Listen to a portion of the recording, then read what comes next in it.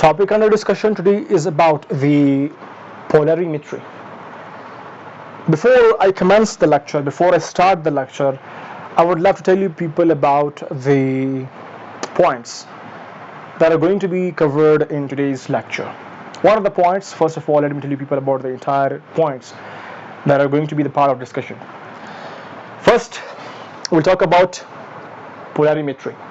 Second, we'll talk about the process of polarimetry. Third, we'll talk about the isomerism. Fourth, we'll talk about the optical activity. We'll talk about what is optical activity, what is the reason behind making what is the reason behind a substance, that whether the substance is optical active or inactive. What is the main reason that is making a substance optical active or inactive? We'll talk about that reason. Okay, and further, we'll talk about the chiral center. What is chirality? Chiral carbon. We'll talk about all these points. Including that, we'll tell you people about symmetry and asymmetry. And then we'll talk about the mesocompounds. After that, we'll talk about the recimic mixture. After that, we'll talk about the enantiomers, diastereomers. So in short, we'll talk about all these points in this particular lecture. You will get this lecture if you concentrate whatever I speak, however I speak, wherever I point. If you just concentrate me and gesture the way I'm pointing somewhere on the board. So what I need now from you guys is concentration. Just concentrate. You are going to get now this entire lecture in a super duper easy way. First of all, what is polarimetry? Simple. Just split the word into two. That is polarimetry. Polari, from this you will get the term polarization. You must get the term polarization from this word. And from the second part of the word, that is metry, write it the same, metry. Polarization means here when unpolarized light is converted to polarized form. This is called polarization. Simple. Polarization, to make polarize something. So here in our this discussion, we are talking about the light. So when light is polarized, this is called as polarization. Now what is polarized? Simple. We have light scattered form. So here, if you guys know about the transverse waves, where we have two sorts of magnitudes. So forget about the transverse waves. Simple, coming to making it simple. Okay, what is here happening? Here we have scattered form of light. So when we just take this scattered form of light into a single plane, a single direction light, so this is called as what? Polarization. When you convert scattered light into a simple plane, a single plane, that is called as what? Polarization. When you are converting unpolarized light to a plane shape, a single direction shape, that is called as what? Polarization. So here we are doing polarization by means of a prism that is called as Nicol prism. Well, coming to this point later, first of all, let's make a definition from these two words. So what we got from polarization? From polarization, word we got that when we convert unpolarized light into polarized light, this is called as polarization. And metry stands for measurement. So now what we got? Simple. Just join all these words together, make a sentence from this now. Simple. A measurement technique by means of which what we do, we just convert unpolarized light to a polarized light. Okay, simple. When unpolarized light is converted into polarized light in order to do the measurement, from this polarized light is known as polarimetry. Now a question is arising hereby, what kind of measurement we are doing? Very simple. When we convert unpolarized light into polarized light, by means of this polarized light we can easily measure the optical activity of the compound. What? Optical activity of the compound. Now we got the entire discussion, so let's make it further easy. What is polarimetry? Simple. It is a measuring technique. It is a measuring technique which involves light. So when we just take the light that is actually first of all unpolarized, and we convert that unpolarized light into a polarized shape, then using that polarized light we just identify the optical activity of the compound. Simple. Okay, very simple discussion. What we are doing here is we are taking the scattered light, then we are making it planar shape. Light is first of all made planed, then thus the planed light is actually used to find the optical activity of the compound. How, like, let's know now this entire discussion. So now this definition will be just made further easy when you guys just concentrate when I'm just telling you about the process of the polarimetry. So now when we are doing anything, any measurement, we are using the instrument. So for this polarimetry measurement, we are using the polarimeter, the instrument. That instrument is having this kind of setup. Here we have a light source, prism, sample, and at the end we get the results. Okay. So what is happening hereby? When the light source is directed, when the light from the light source is directed, this is the scattered light on the prism. Here we are using the Nicol prism, which is actually functioning like a Polaroid. What is it doing now? Simple. All these scattered lights are actually converted into a single plane. We call this then planed polarized light, which is having only one plane, only one direction in short. Now what is happening? This plane polarized light will then be directed on the sample which is present here in the sample what bowl like substance, simple sample chamber. Here is the chamber in which we place the sample. Then this plane polarized light will hit the sample.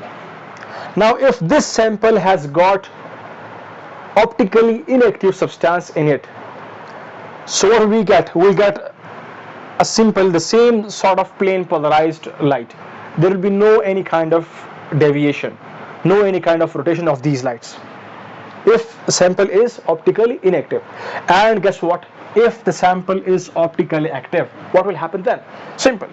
These plane polarized light will hit the sample, and we got the concept that the sample is optically active. If our sample is optically active, what will happen? That light, this light, then it will start a kind of rotation towards either side, means either right or left. Two types of rotations will be observed. If sample is positive, means if sample is rotating this plane polarized light to the right side, here I have mentioned it with the D, right side, what will happen? This will be then called as that this particular sample was or is dextro-rotatory sample. Why? Because this is the sample responsible to do the rotation of this plane polarized light to the right side. So here we'll be observing the angle of rotation, that how much the rotation is actually observed. We'll guess from the angle formed after when the plane polarized light is passed through this particular sample. Guess what? If the sample is negative, what will happen then? Simple. This plane polarized light, when is passing through this sample which is negative, this will cause the left side rotation of these plane polarized lights. These plane polarized lights will rotate to the left side. We call that as Levo rotation or Levo rotatory mechanism of the sample. So in simple words, in short, what is happening hereby? Unpolarized light is first of all directed on the prism, which is a Polaroid, a Nicol prism. This prism will convert unpolarized light to the polarized plane light. Now this polarized plane light, when it is crossing through the sample, if the sample is positive, this sample will convert these plane polarized light. This sample will rotate these plane polarized light towards the right side if it is positive, if sample is positive. We call then that, then what we guess that, then what the thing that we understand from this mechanism is that our compound which is present here, which was not known to us whether it was optically active or inactive, if it was active, then what sort of activity was this sample was having. So if it is positive, we'll get the result at the end that the compound is showing the positive rotation, dextro rotation. So then we guess easily, then we identify that this compound, this sample was actually a dextro rotatory sample, or this sample is now dextro rotatory sample. I hope you are getting what I am saying. Second thing, if this plane polarized light is passing through this sample and the sample shows at the end a kind of rotation, the sample is giving rotation to these plane polarized light toward the left side, then we understand that this sample is actually the Levo rotatory simple. So in short, what we got now from the polarimetry technique, simple. We got our sample, our compound. We wanted to know that whether this compound is optically active or not. If it is optically active, then what kind of activity is actually this sample giving to us? So if activity is toward the right side, we call this particular sample as dextro-rotatory sample. If the sample is giving us the activity towards the left side, we call it as levo-rotatory sample. So in short, we get rotations. We get what? Rotations by means of this sample if we place the sample before plane polarized light or against the plane polarized light. So when plane polarized light is crossing through the sample will do a kind of what? This will do a kind of rotation, either right side or the left side. If it is doing to the right side, we will understand that sample is positive or dextro-rotatory sample, and if the light is actually towards the right side, we will understand the concept that this particular sample is Levo rotatory sample. So this is how we identify the optical activity of particular compound. I hope you got.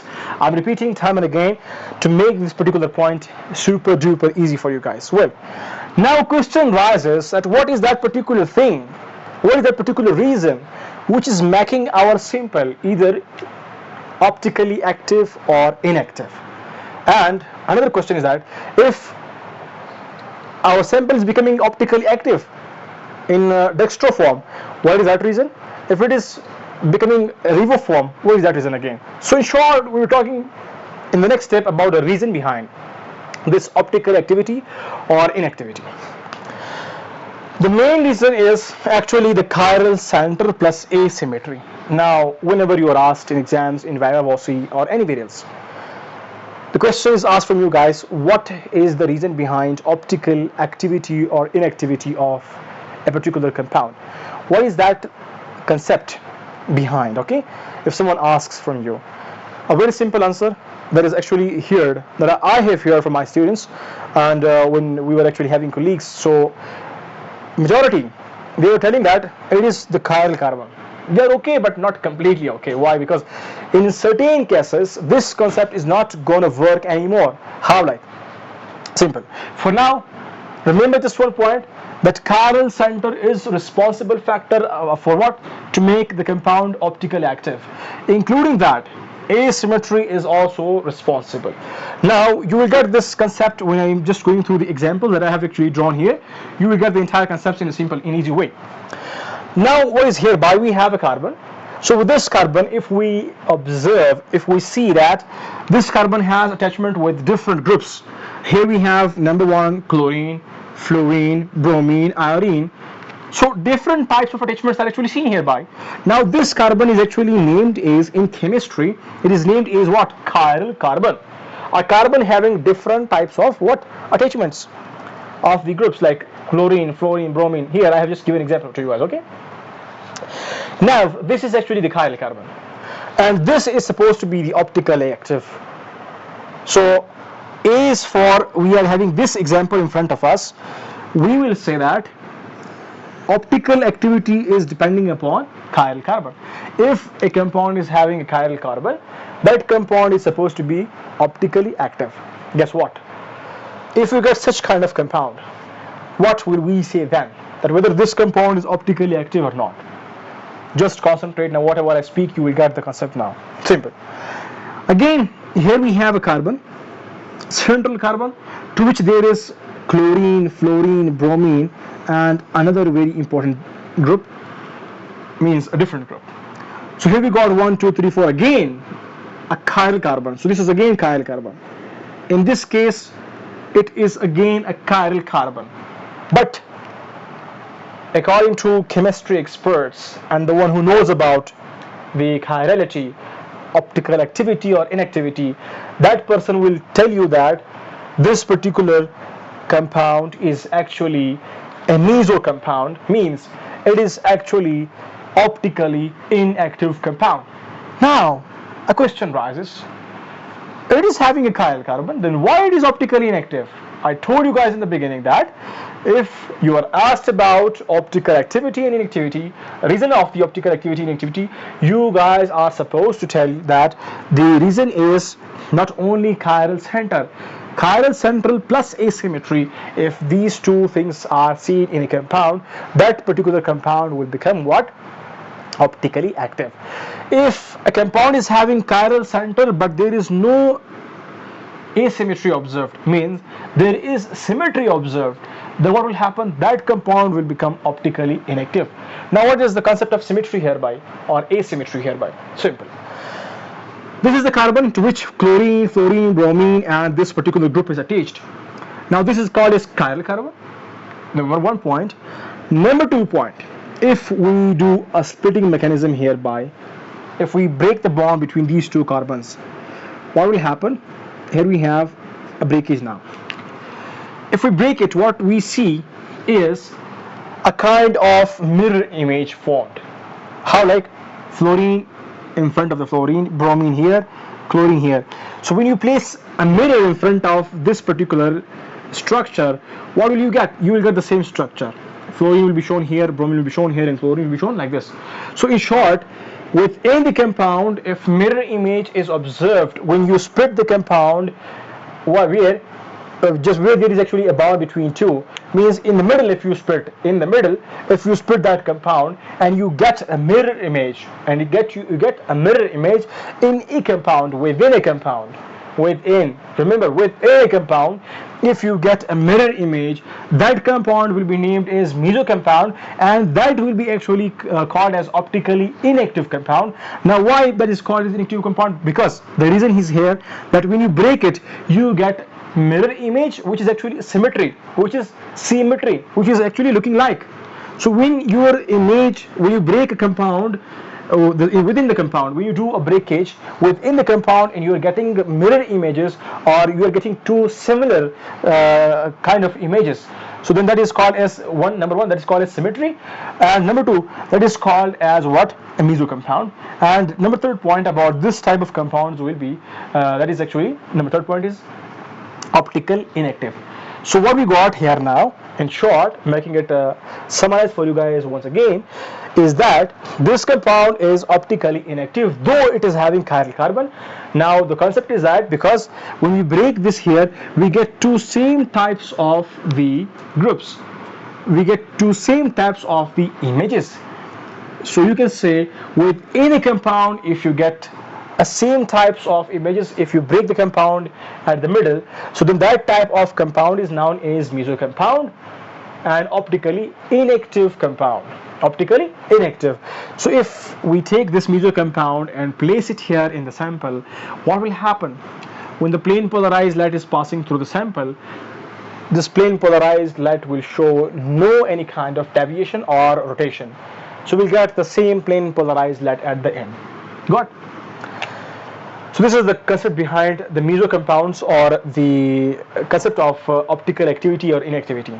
So once again, in short, what is the main concept behind optical activity or inactivity? The main concept behind is that if our compound is having chiral carbon, including that, along with the chiral carbon, that compound must be having asymmetry, means there should be no same kind of any other group available. Got? So if we don't have same groups, means if we have asymmetry mechanism in the chiral center in a compound, so then that compound will become optically active. So now here we have different groups. It is optically active, it is having chiral carbon. Here we have chiral carbon, here are different, but if we break here, then we get two same like images. So that's why this becomes symmetry, this becomes optically inactive compound. Then this is named as mesocompound. I hope you got. Well, if still you have confusion, drop that in the comment box. Coming towards these structures now. Here, through these structures you will get another point that is named as enantiomers. What is enantiomers? If you're asked somewhere. Simple. When we have same chemical formula or molecular formula and different structural formula, we call that as isomers. But if the structural formula is a kind of mirror image of the first formula, then that is known as enantiomer. How? Like simple, just concentrate here. Here we have the carbon, with this carbon chlorine, fluorine, bromine is attached, and the next bond is here with the carbon with that bromine, fluorine and fluorine. Now in our first point, let us know whether this compound is optically active or not. First point, simple. With this carbon we have 1, 2, 3 and 4 different bonds, 4 different sorts of groups attached. So this will become a chiral carbon, and this will become optically active. This will become optically active compound. And if we place it here, it can give us dextro rotation or levo rotation. If it is giving us dextro rotation, we will call it as plus, means it is towards the right side, and if it is giving us levo rotation, we will call it as minus. For now, consider that this is actually a plus for us, a dextro rotation. We took this sample, we placed it here, and when we just passed the plane polarized light through this sample, that was actually this sample. Because of this sample, this plane polarized light was showing the dextro rotation, and then this was named as what? Dextro rotatory compound. Now if we take this particular example, this structural formula, and we draw another structural formula just like a mirror of this, mirror image is formed. What if you place mirror in front of this particular formula, you will get the image on the mirror like this.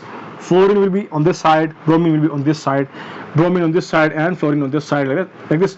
A mirror image will be formed. So in short, if I draw a mirror image in front of this, what will then it be called? This will be called, number 1, a isomer, an isomer. Okay. Number 2, now if it is looking just like this but is actually a different side one, means if it is a mirror image in short, then we call these two as enantiomers. In short, simply speaking, a mirror image of the first formula, of this formula, will be called as enantiomer. So now what are enantiomers? Simple, enantiomers are actually the mirror images or a mirror isomer. And we know about the isomers. When the molecular formula is same, structural formula is different. Now here, guess what? We have 1, 2 carbons, 1, 2 carbon hereby, then chlorine 1, 2 chlorine here and 2 here. So all, if you count, you will get equal number of groups hereby. Chlorine, chlorine, fluorine, fluorine, bromine, bromine. So they're equal. So what we get here now? Simple.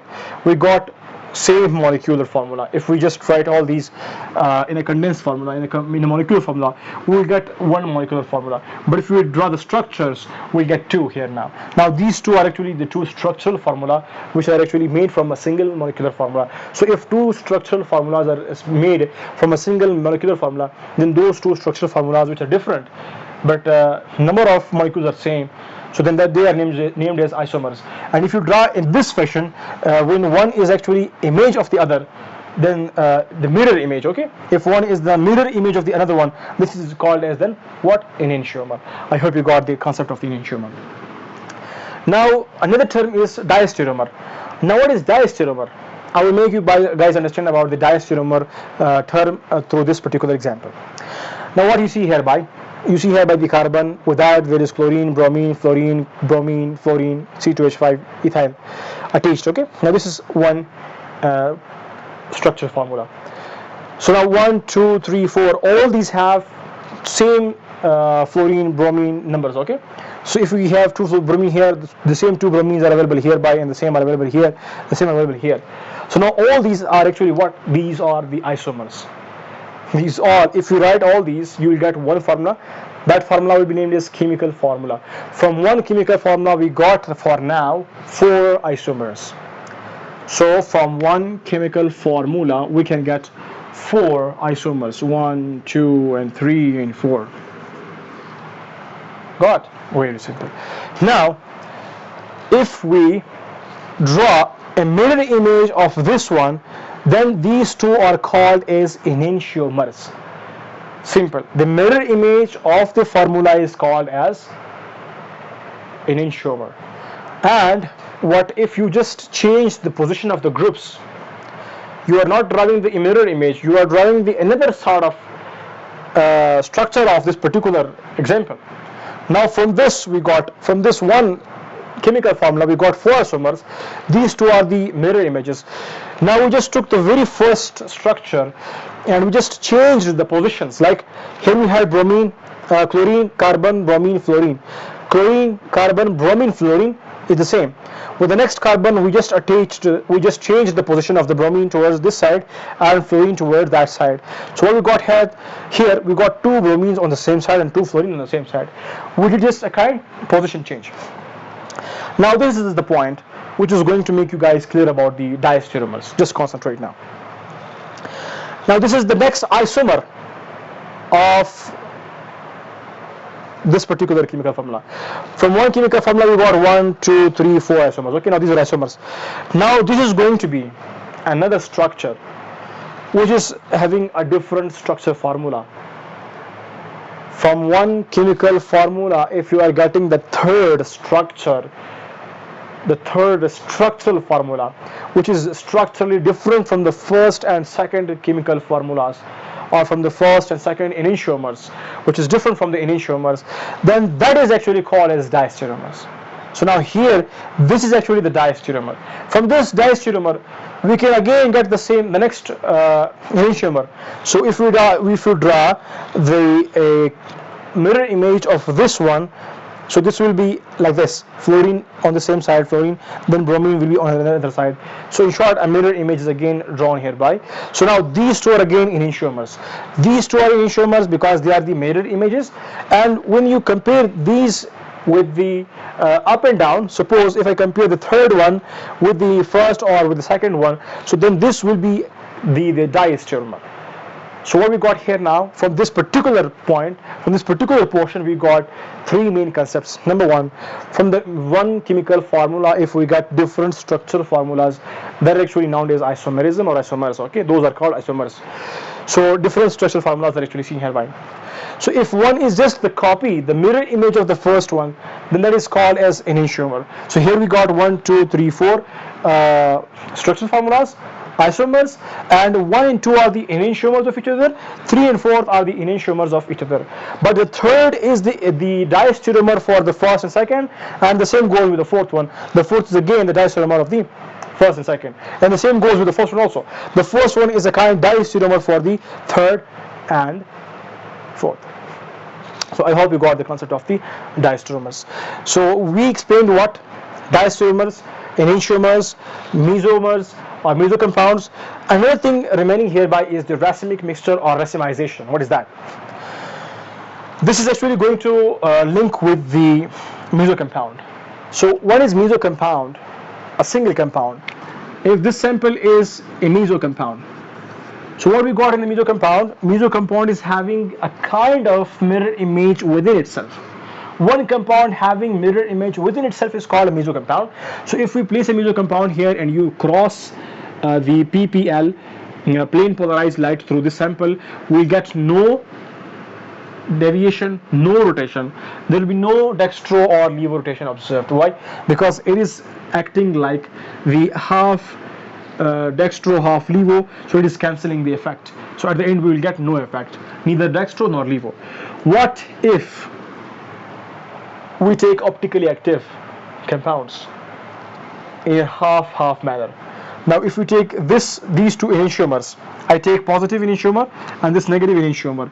If I take half of this positive enantiomer and half of the negative enantiomer, and I just make a sample of this, a mixture of this, then I put that mixture here, what will happen then? Again, I need myself a kind of optically inactive mixture.